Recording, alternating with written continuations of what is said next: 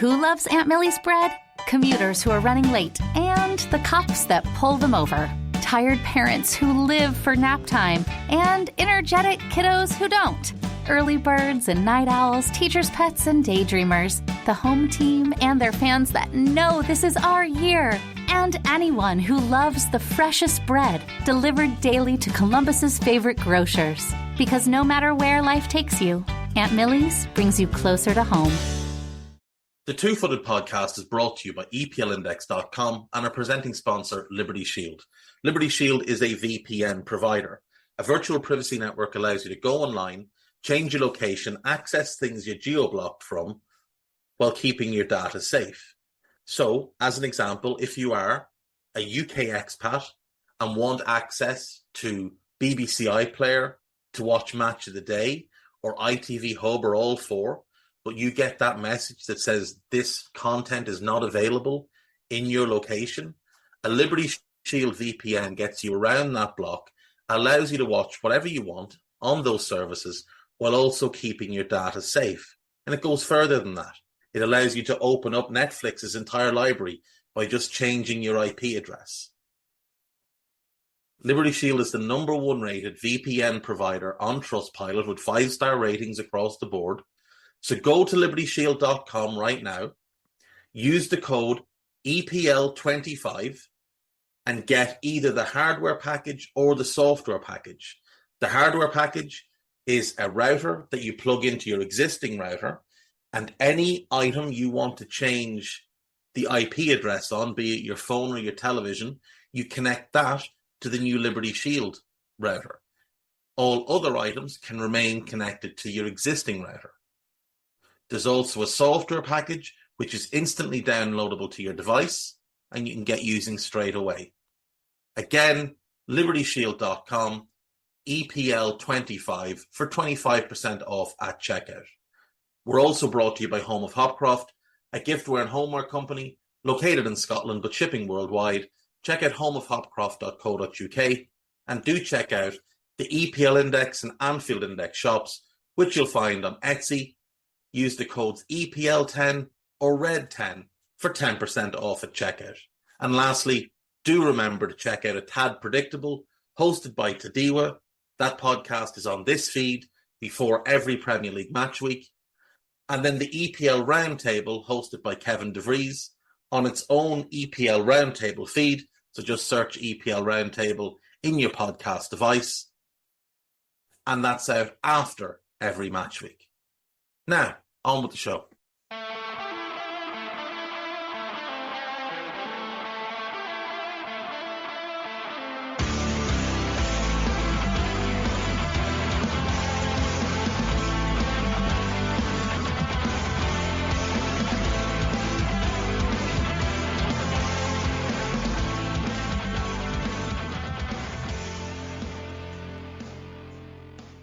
What's good, boys and girls? Two-Footed Podcast. Today is Monday. It is the 8th of April. I hope you're all well.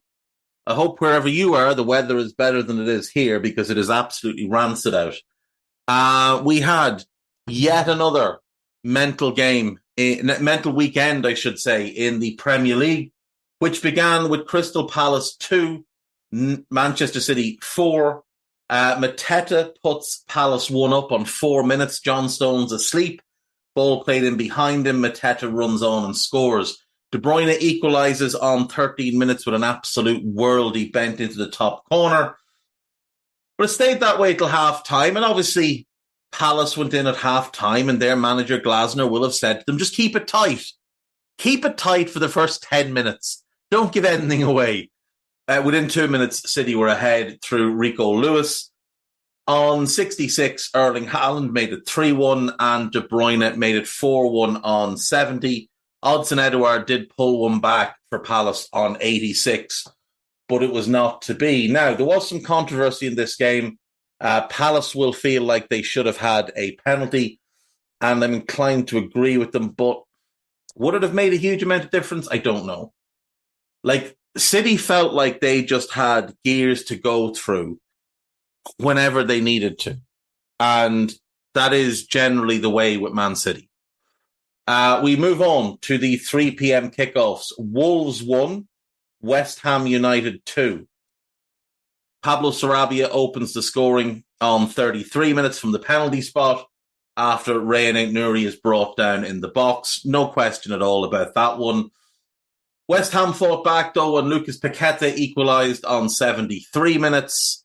Max Kilman handball from an Emerson Palmieri cross. Palmieri had given away the penalty in the first half, redeems himself here.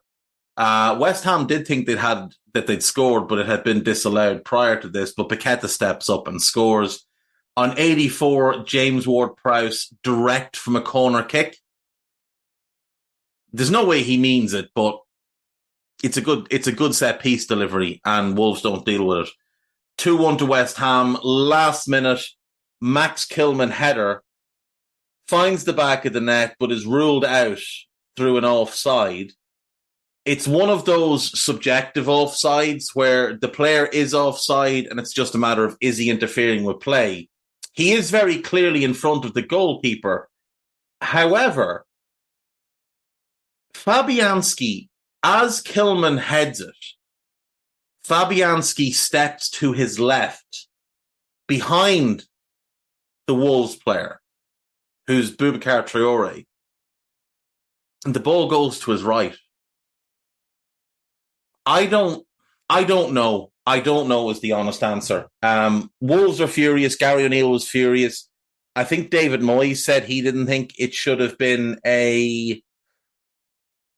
chalked off, but it was, and that's just how it is. West Ham, to be fair, have had a lot of bad luck with refereeing decisions and the like in the last couple of months. So they were probably due one to go in their favour. Everton 1, Burnley 0. A dreadful game of football. Won by Dominic Calvert-Lewin in stoppage time at the end of the first half, when Muric, the Burnley keeper, took far too long over a clearance. And just like the Darwin Núñez goal for Liverpool against Sheffield United in the week, Calvert-Lewin closed him down. The ball hits him and goes into the back of the net. And it is 1-0 to Everton. Dara O'Shea sent off in the second half for a foul as a last man. Now, he was, just inside his own half, but it's definitely a foul and definitely a red card. No complaints on that one. So a big win for Everton. However, news down this morning that they have been docked 2 points for breaching financial fair play for a second time. Now, obviously, they were deducted 10 points earlier in the season, reduced on appeal to 6. Now they've been docked another 2. You'd wonder, though, why this is 2 and Nottingham Forest's was 4. These breaches aren't as severe as Everton's first breach, but 2 points to me doesn't seem right. I think it should have been 4, like the Forest one, and Everton have already made it clear that they are going to appeal. Now, the risk with going to appeal is that points deduction could get raised. So we'll wait and see on that one. Villa 3, Brentford 3. Villa go 1 up through Ollie Watkins. They go 2 up through Morgan Rogers, who scores his first goal for Villa. But in 9 second half minutes, Brentford completely turned the game on its head. Matthias Jorgensen misses his kick. The ball careens off his standing leg and finds the back of the net. 2 minutes later, Brian Mbeumo makes it 2-2.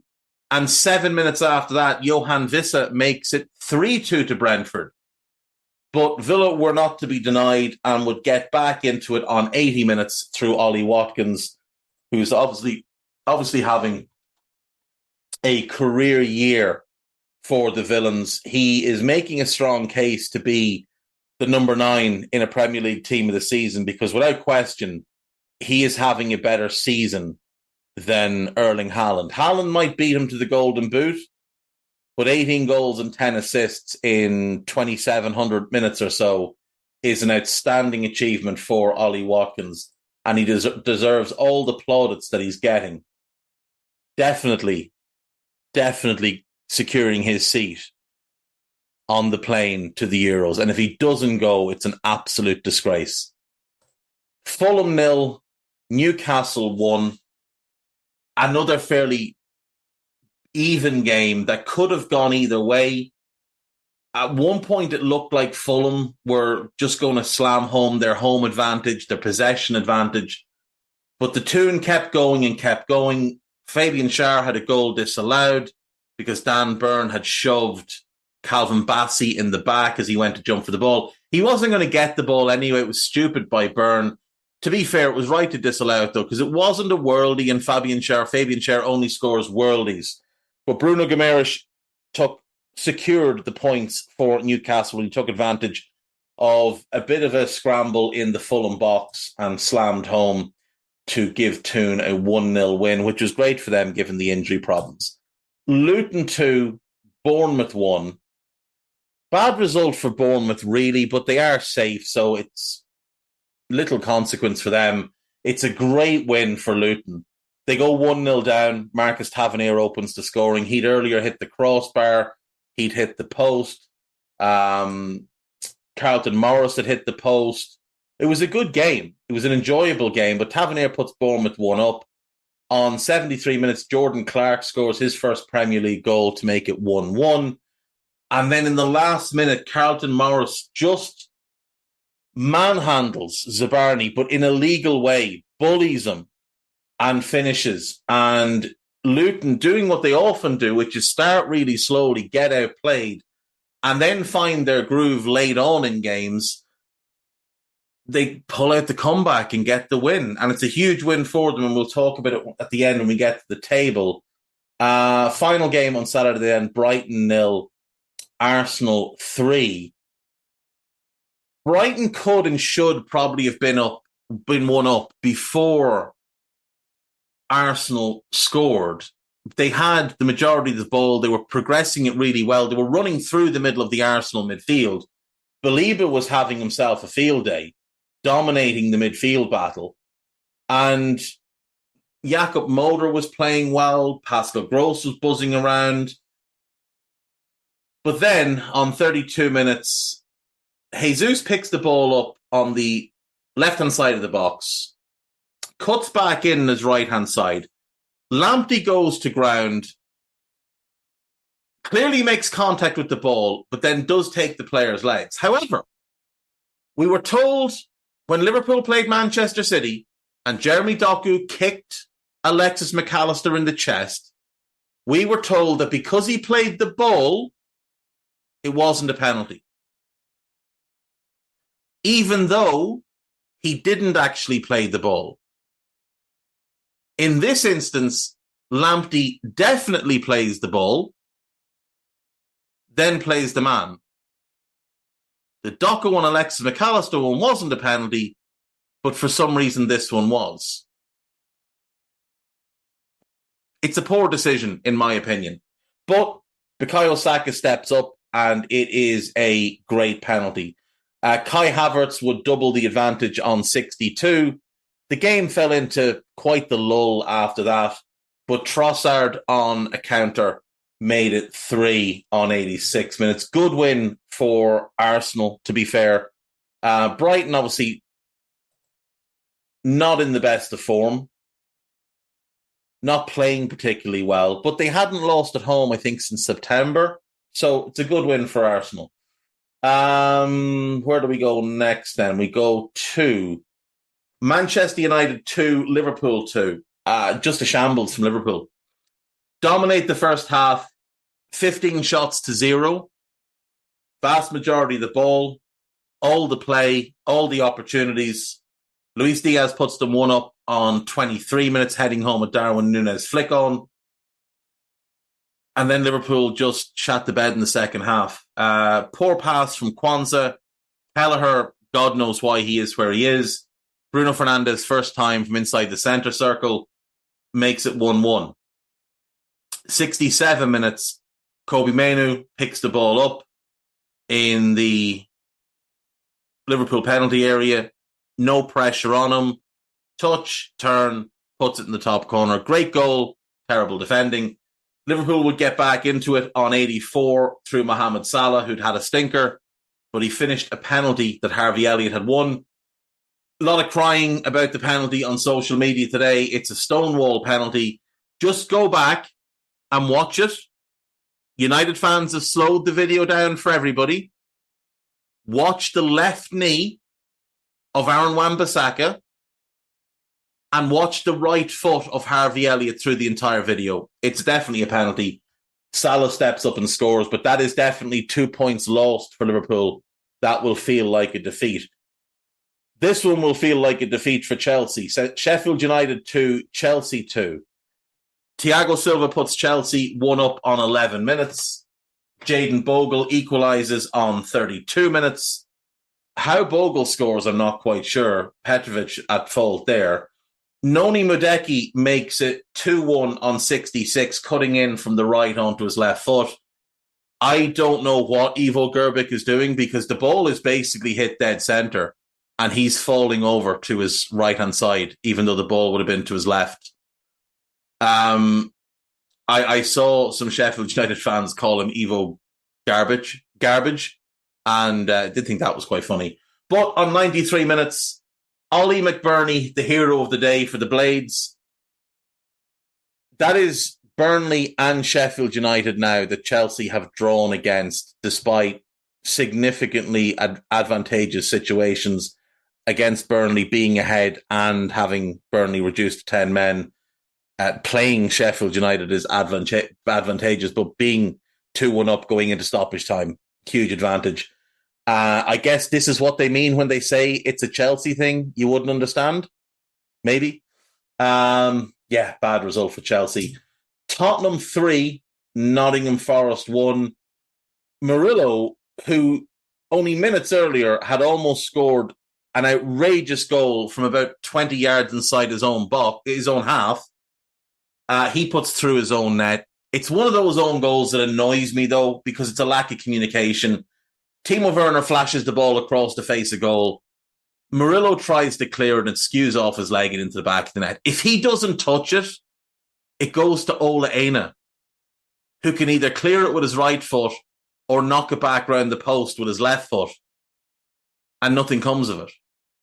But there's no communication between the two, and it's an own goal. Chris Wood, who has 10 goals or assists in his last 10 Premier League games, which is the best run of form of his career, equalises on 27 minutes after a decent Elanga cutback. Mickey van de Ven scores a worldie on 52 to put Spurs 2-1 up. Son just lays it off for him. He takes a touch and leathers it into the top corner from the edge of the box, and then, or just inside the box, I should say. And then Pedro Porro with a nice finish on 58 to give Spurs a 3-1 win. So, Premier League table. Let's start at the bottom. Sheffield United, 31 games played, 16 points, going down. Burnley, 32 games played, 19 points, going down. Luton, 32 games played, 25 points, very much at risk of going down. Nottingham Forest, 32 games played, 25 points, very much at risk of going down. They have a 4-goal advantage over Luton. After the points deduction, Everton, 31 games, 27 points, very much at risk of going down. Do have a favourable schedule, though. Brentford, 32 games, 29 points, at risk of going down.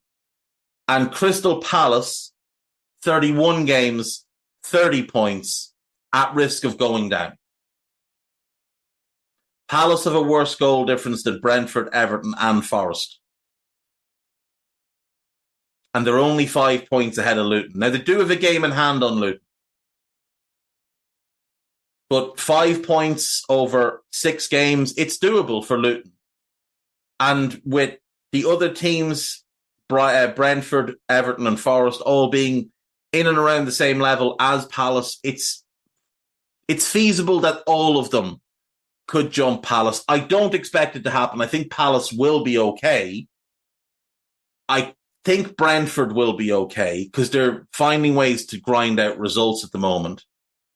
I do think it's going to come down to Everton, Forest and Luton.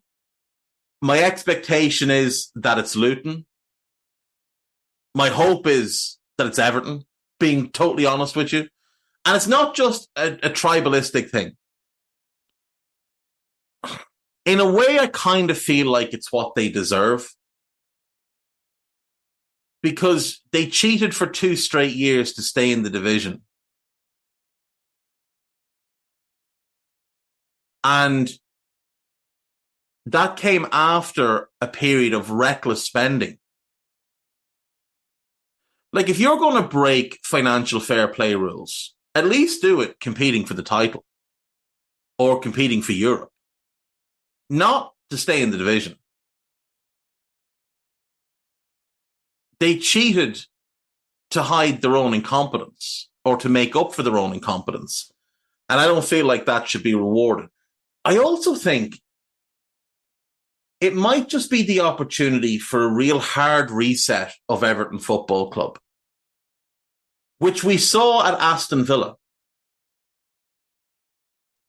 Villa were wandering to nowhere, got relegated. Now, it took them 3 years to get themselves right, but they came back up. And since they've come back up, we've seen what they've become. They're competing for Champions League football this year. Everton are a big club. They're after the Big Six and Villa. And Villa are a bigger club than Spurs, by the way.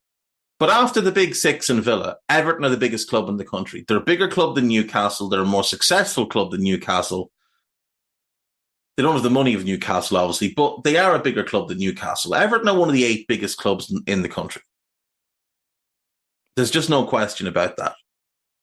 And to see them year after year be as miserable as they are, it feels like a hard reset is needed at that club.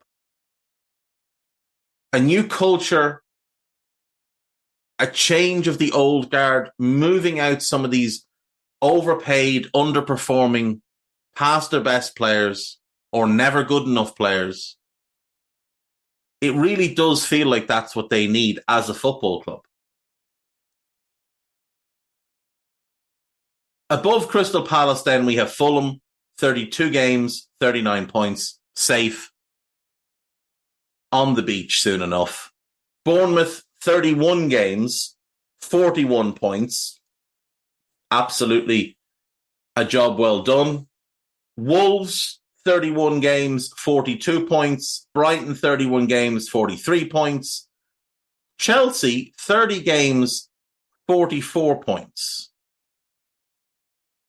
Now, they're not good. Everybody accepts that they're not good, even their own fans. But they do have a really good chance of getting into Europe. Like, they've got 2 games in hand on West Ham and are 4 points behind them and have a better goal difference. They've got a game in hand on Manchester United. They're 5 points behind, but they have a better goal difference. And United are garbage. Above Chelsea, we have Newcastle on 47, 31 games played. West Ham 48 from 32 games. United 49 from 31 games. I think that group is the group that will contend for the last couple of European spots. I think for Brighton, they just want the season to end at this point. I think kind of the same. Well, Wolves, this is a good season for Wolves, to be fair. And it's a good season for Bournemouth, but there's nothing for them to achieve from here. Same with Fulham. Nothing for them to achieve from here. Might as well get on your hollybops and go and enjoy yourself. And then we have a top 5.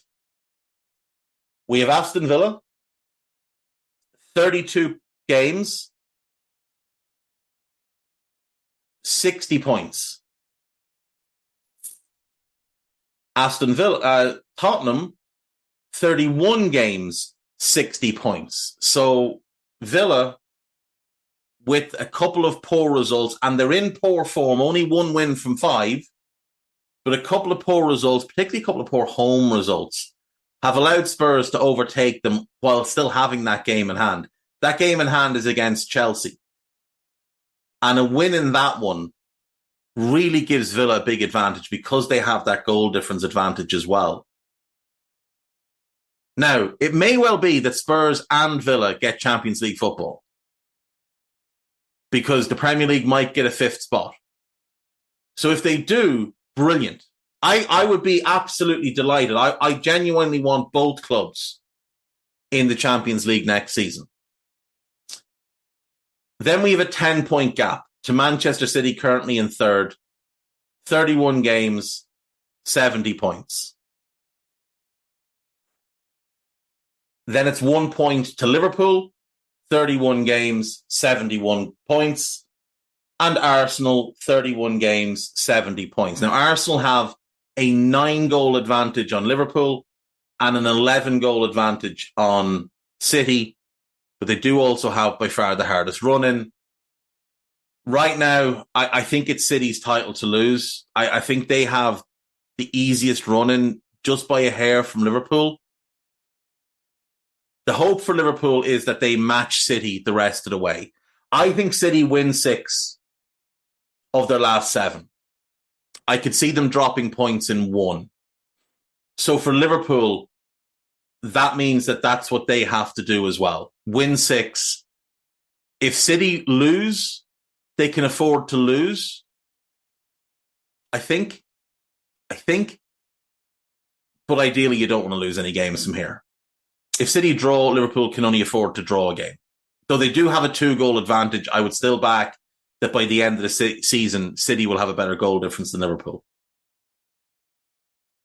I think Arsenal are going to finish third. I know there's top. I know everybody's all excited, but there's 7 games left, and their 7 is the toughest 7. I think there's 5 games where they could legitimately drop points. Villa home next, Wolves away, Chelsea home, Spurs away. I could see them dropping points in multiple games in that run. They get Bournemouth home. It'll be tougher than people think, but I still think they'll win it. Though it is a 12:30 kickoff, which could make it a little bit rocky. Then they have to go to Old Trafford, and I think they could slip there. Then they play Everton at home the final day, and they'll win that. 4 wins,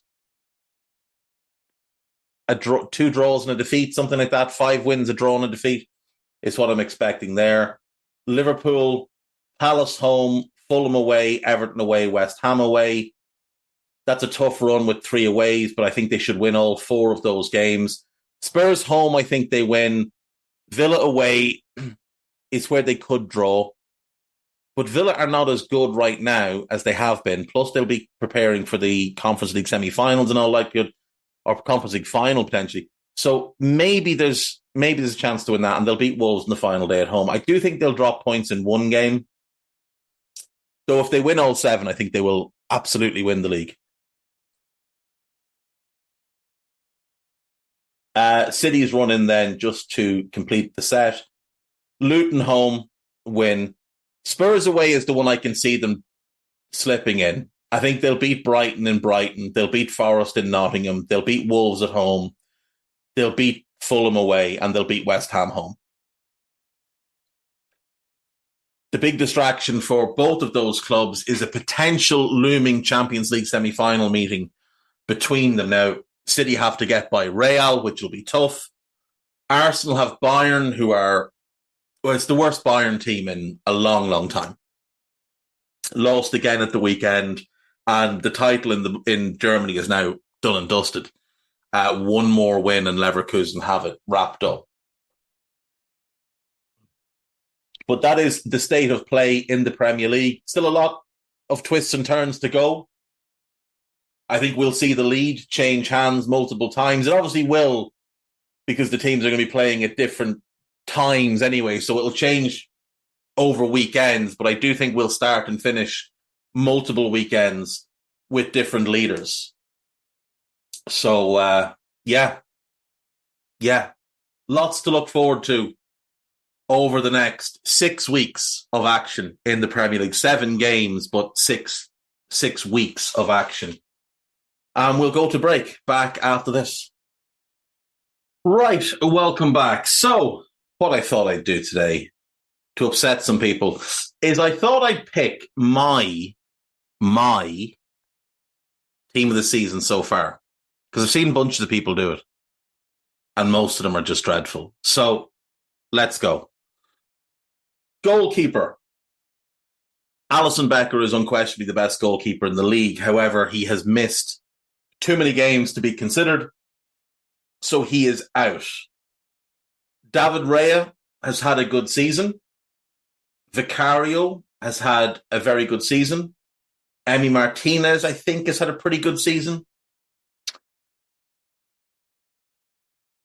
But I would say it's between Raya and Vicario. Now, Raya has conceded a lot less goals than Vicario.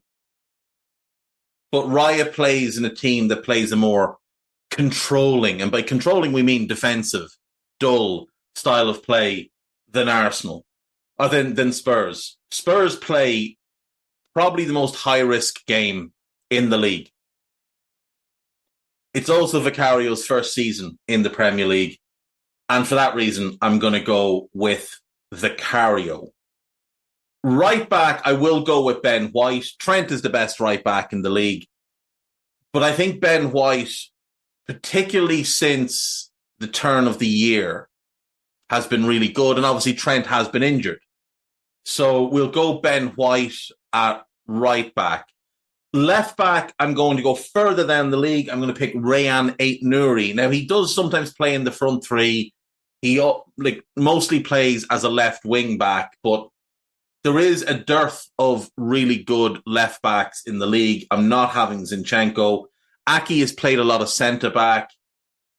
Udogie, certainly one that is worth consideration, but I don't think anybody has outplayed Rayan Aït-Nouri this year. I think he's taken his game to a new level, so I'm going to go with him. Centre-backs were easy. Van Dijk has been the best centre-back in the league, and you have to reward the team that have only conceded 24 goals, so you pick the best centre-back from that team.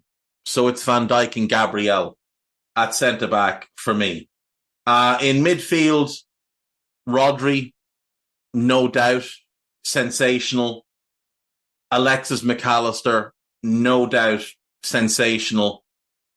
And we'll go with Declan Rice in that third spot. Much, much better when playing with Jorginho and playing that left-sided role. So we'll pick him as a number 8. Alexis, Rodri, and Rice will be our midfield.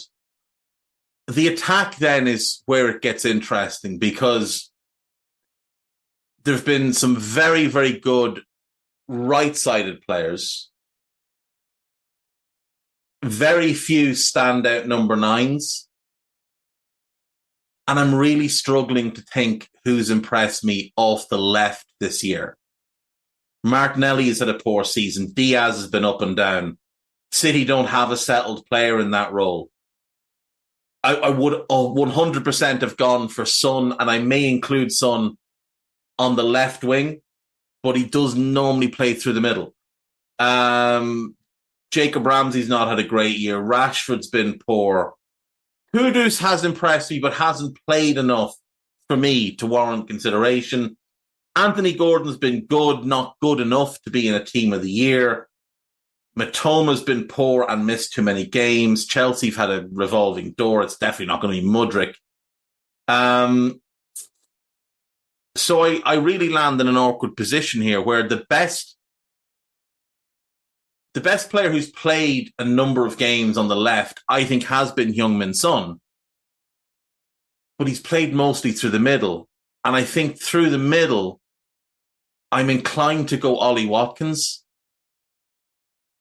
So I'm going to go Ollie Watkins. I just think as an all-round 9, Son is a better player. Watkins offers more to Villa. So I'm going to go with him as my 9. On the right, Salah's unquestionably the best player and has the best numbers. But he missed 2 months and he's been poor since coming back. But he was sensational in the first half of the season. Phil Foden has been magnificent since November. Cole Palmer is having a very good season. Now, his numbers are stat padded by penalties, but he's had a very, very good season, as has Bukayo Saka. But again, there's stat padding with the penalties. So it really does come down to Salah or Foden. Foden wasn't great the first few months of the season. Did get some goals, got some assists, wasn't playing particularly well at times. Salah hasn't played particularly well lately, but again is getting goals and assists. He did miss 2 months. Now, it was only 7 league games, maybe. What I'm inclined to do here is go Salah right wing and Foden left wing. It is playing Foden out of position, but if I'm picking 3 attackers that have really stood out to me this year, Foden has to be in. Has to be. Because I think he's got to be one of the front runners for Player of the Year as well. Now, I believe that Van Dijk should be the Player of the Year. And yes, there's a little bit of bias to that, but also look at games played in that Liverpool squad this year. Like, think of what Liverpool's first choice 11 is. Alisson, Trent, Konate, Van Dijk, Robertson. Szoboszlai, McAllister, Jones, Salah, Nunez, Jota is Liverpool's best 11 or first choice 11. If we look at the games played, Alisson has missed 10 Premier League matches. Konate has missed 11 Premier League matches, but only started 15. So less than half. Andy Robertson has only started 12 Premier League games and only played in 17. So straight away, goalkeeper's missed 10 games. Centre-back partner to his right has missed 11 games, but it hasn't started in 16. Long-time partner on the left-hand side has missed 14 games and not started in 19 games. And then compound that with the right back who has missed 10 games and not started in 12. And yet Liverpool have only conceded 30 goals in 31 games and are level on points at the top of the table. And the reason for and play a much, much riskier game than Arsenal and Man City do. Much, much riskier. Liverpool defend with 2. They defend with 5.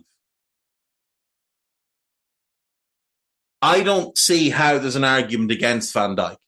He has been magnificent all season, playing 29 games, 29 starts. Again, you look at that midfield. Curtis Jones has missed 12 games. He hasn't started 19 Premier League games this year. Alexis McAllister's missed 5, not started 6. Dominic Szoboszlai has missed 5, not started 7. Again, big issue in the midfield. Curtis Jones, not there. Now, Endo has come in, and you could say, oh, well, Endo's actually the starter. Grand. He missed 9 games. He's not started in 17 of them. And again, that attack, Salah's actually missed 6 games. So I think that's fine to put him in the team of the year with 25 appearances, 23 starts. But still, take Saka out of the Arsenal team for 6 games. How's that? Darwin Núñez has played 29, started 20. That's fine. But Diogo Jota, he's missed 12. He hasn't started in 18. So that's a big blow as well. That's your best finisher. So defense all over the place in terms of who's been available, who hasn't.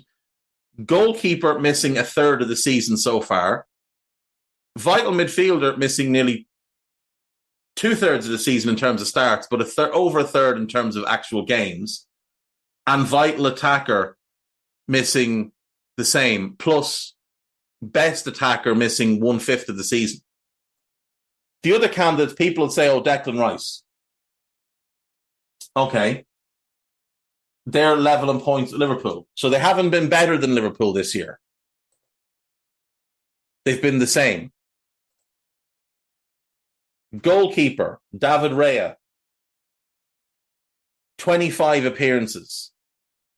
Wasn't there for the first couple of games and then couldn't play against Brentford because he's on loan. But you can say, yeah, he missed 6 games. Fair enough. Centre-backs. Saliba's played all 31. And Gabriel has played 29. So no disruption there.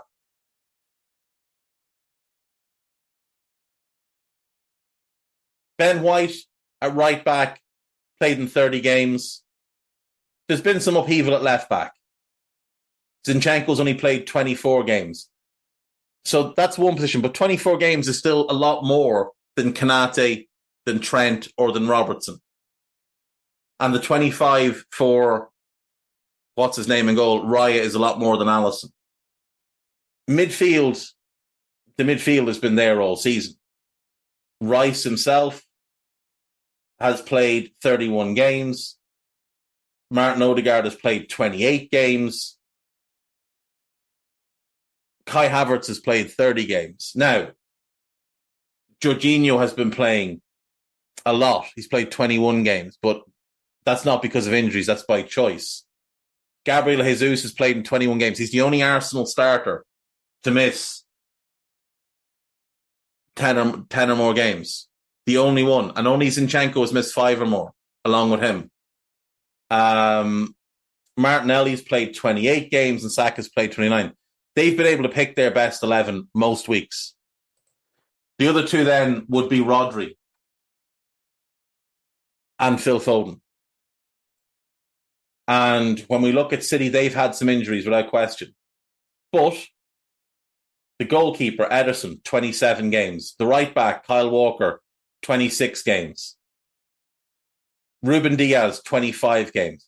John Stones has missed 16 games, so that's one big one. Nathan Ake's played 24. He was an unused sub a couple of times, though. But fair enough. They've had some upheaval at the back.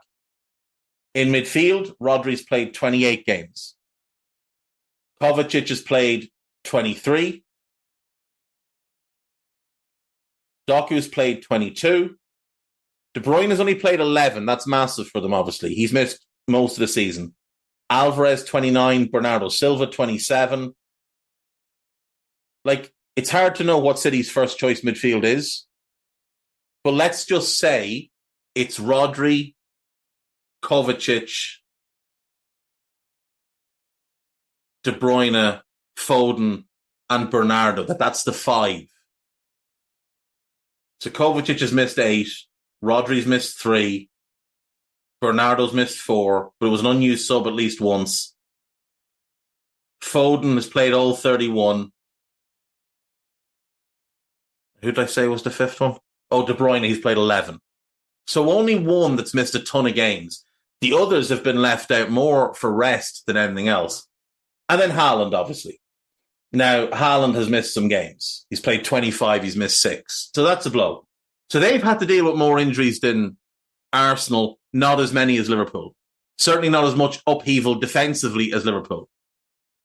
And they're a point behind Liverpool. And that's why I think when you look at Van Dijk as that one consistent factor, I think you have to go with him. If this title race ends up anywhere close, particularly if Liverpool win it, I think you have to go with him. Because other than him, only 2 players have started 25 games. Diaz and McAllister.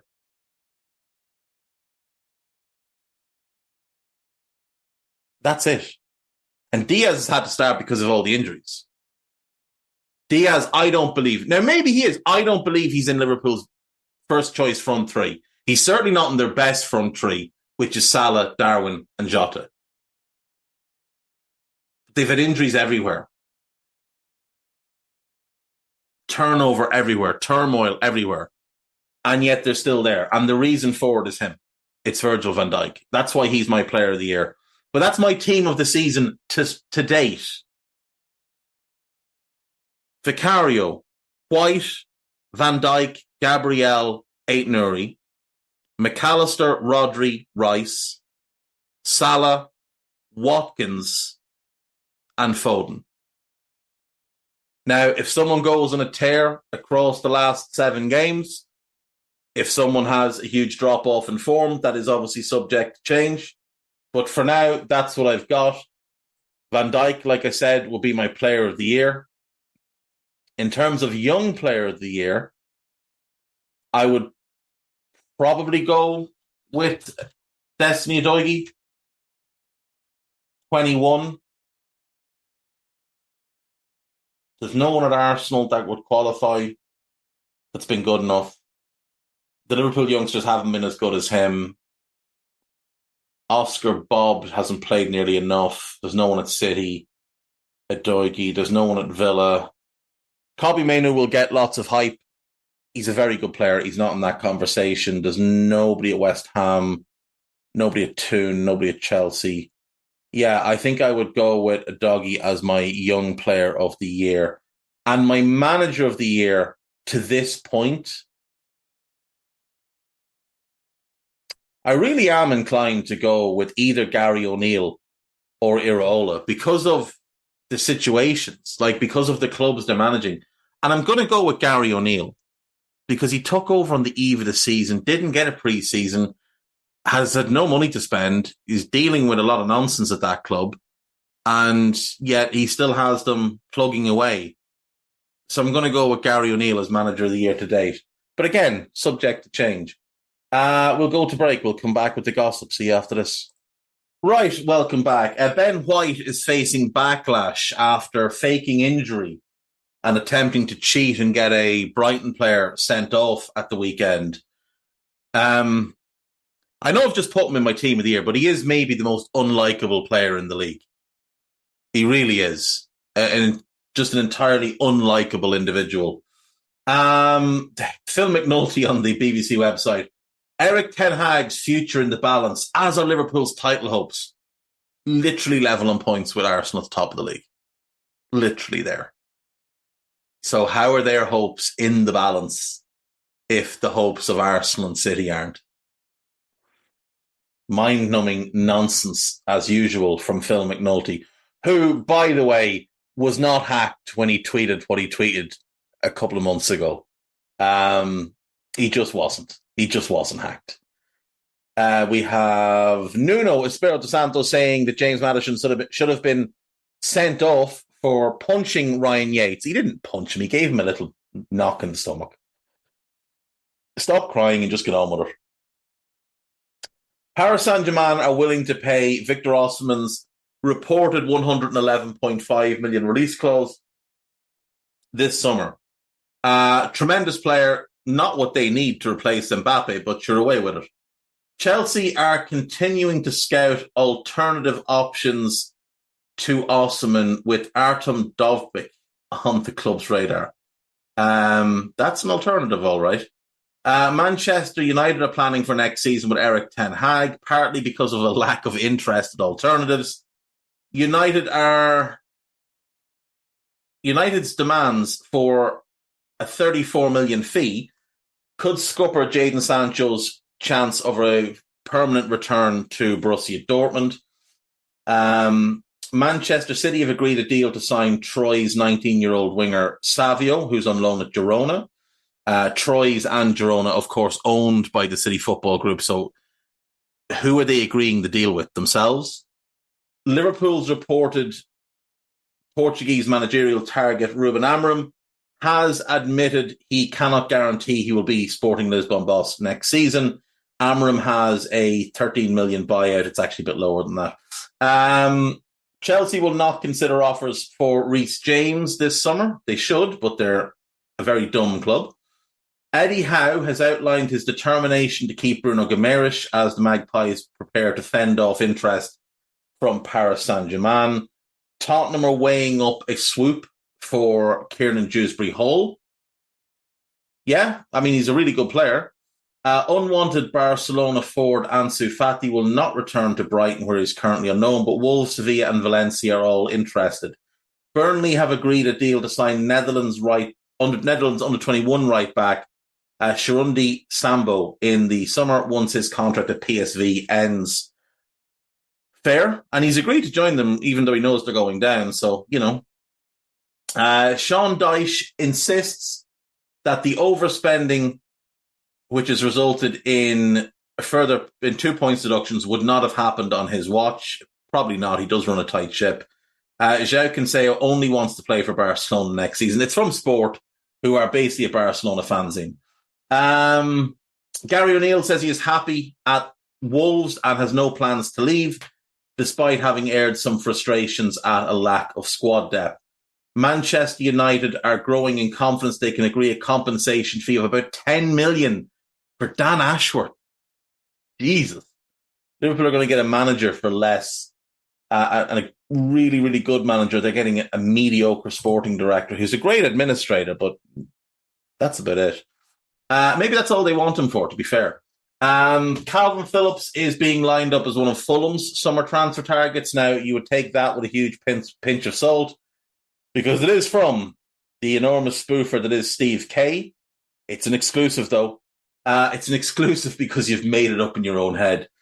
Alternatively, Phillips could rejoin Leeds if they get promoted and are willing to pay what City want, which is between 30 and 40 million. I think they'll probably take about 25. Arsenal and Chelsea are interested in Victor Gyökeres, but Sporting Lisbon will not accept less than his buyout, which is 85 million. Man City want to reward Rodri with a pay hike that will keep him with the club for the rest of his career. Will that be a pay hike both on and off the books is the real question. Atletico Madrid are interested in Fulham's Andreas Pereira. Manchester United board will wait until the end of the season to make a decision over Erik ten Hag's future. Yeah, I mean, that's the smart thing to do. Manchester United are interested in appointing Thiago Motta. Reports today that he's agreed to join Juve, but they may be just nonsense. Frank Lampard has emerged as a surprise candidate to take charge of Canada's national team. I mean, it would be a surprise to Canada when he gets there and they realise he's absolutely useless.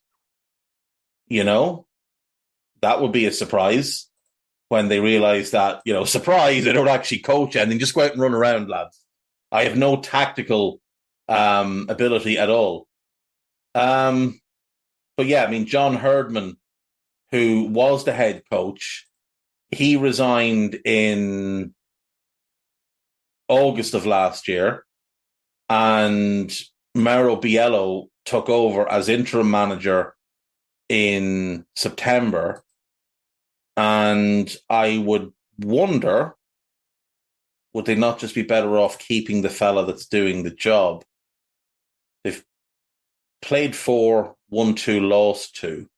Not terrible. Don't know who they've played is the thing. I am hoping Herdman does well. I like his story. I like how he went about his career. So I'm hoping he does well at Toronto, but it hasn't gone great so far. But yeah, Frank Lampard would be a firm no. Liverpool are in talks to extend the contract of Trent Alexander-Arnold. Dinamo Zagreb have paid for a full-page advert in Spain's best-selling newspaper in an attempt to convince Luka Modric to return to his first club if he decides to leave Real Madrid this summer. Paris Saint-Germain have stopped contract renewal talks with Ethan Mbappe, the youngest brother of Kylian Mbappe, with his contract due to end in June. He's going to go where Kylian goes, which is Real Madrid. Sevilla will look to sell Youssef En-Nesyri in the summer, and he is a target for a number of Premier League clubs. Okay, interesting. Arsenal have joined the likes of Manchester United and Bayern Munich in following Michael Fay of Barcelona B. He's apparently very, very highly regarded, so I'm guessing Barca will want to keep him. Bayern Munich did not plan to sack Thomas Tuchel before the first leg of their Champions League game against Arsenal, despite the defeat to Heidenheim in the summer. They should have sacked him when he announced he was going to leave. Spain defender Sergio Ramos' contract at Sevilla finishes at the end of June, and he wants his future sorted before the end of the season amid links with moves to MLS and Saudi Arabia. Finally then, today's Inter Milan could move for Anthony Martial if they fail to sign Albert Gudmundsson. So if they don't sign a good player, they're going to sign a bad one. Brighton will not look to re-sign Ansu Fati. That's fair enough. Ruben Amorim has a verbal agreement that allows him to leave for 8.5 million if a top side makes an approach this summer. Everton will demand more than 40 million to sell Dominic Calvert-Lewin. Talk about living in a deluded world. Now, it is Football Insider, so it's probably trash. But would you put it past Everton? I know he's English, so that drives the price up. And he is only 27, but at the same time, he has scored in his last 3 Premier League seasons, 13 goals combined. 12 goals combined in the league, 13 in all competitions. His tally of 6 this season is his best since the 2021 season. Now, it's also his best appearances because he played 18 in each of the last appearances, 17 in the league in each of the last 2. He's played 27 league games this year, 33 in all competitions. But 6 league goals in 33 games? I mean, really? Is that what you want to pay money for? Luton have raised their interest in Sami Smodics, but face competition from Brentford. Amadou Onana is likely to leave Everton this summer, with the Toffees hoping to receive 50 to 60 million for the Belgian midfielder. Bundesliga sides are interested in Troy Parrott, who's been on loan with Excelsior this season in the Netherlands. How has he done there is the question. I know he was doing pretty well. 7 goals in 23 games, 7 in 20 in the league. Not bad considering he plays as a second striker. Jarrett Brantwaite insists he is focused on winning games with Everton, having been linked with Manchester United. This is the piece about Juventus having apparently reached an agreement with Thiago Motta and also being interested in adding Lewis Ferguson. Italy winger Nicolo Zaniolo wants to return to Serie A when his loan from Galatasaray to Aston Villa expires this summer. Fiorentina and Napoli both interested. Manchester United have firmed up their interest in Miguel Gutierrez and are looking to beat Arsenal to the signing of the Girona left-back. Real Madrid are watching River Plate's 16-year-old Argentine midfielder Franco Mastantuono, who's also been looked at by Chelsea and PSG, as well as Man City and Barcelona. He has a release clause of £39 million. Manchester United have approached Palmeiras over 19-year-old Brazilian forward Thales, who's yet to make his first team debut. This kid's name has been going around. I watch a lot of Palmeiras because I really like Abel Ferreira's football. And this kid's name has been mentioned by some of the Palmeiras fans that I do follow on social media. My confusion, though, I suppose, is why isn't he playing first-team football yet? Because Ferreira has been incredible at promoting young players. We saw it with Endrick. We've seen it with William Estevao. We've seen it with Luis Guilherme. We've seen it with Danilo. We've seen it with loads of others. But not with this kid. So it's just a bit confusing to me. Anyway, that's all I have for today, folks. I'll see you all tomorrow. Take care. Enjoy the rest of your day.